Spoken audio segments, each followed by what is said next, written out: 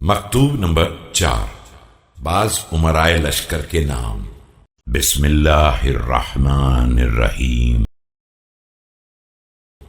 فإن عادوا إلى ظل الطاعة فذاك الذي نحب وإن توافت الأمور بالقوم إلى الشقاق والعصيان فانهد بمن أطاعك إلى من عصاك۔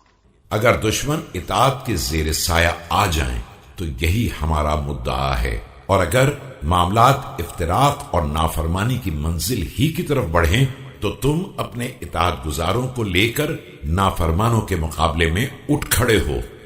واستغني بمن انقاد معك عمن تقاعس عنك فإن المتكاره مغيبه خير من مشهده وقعوده أغنى من نهوضه۔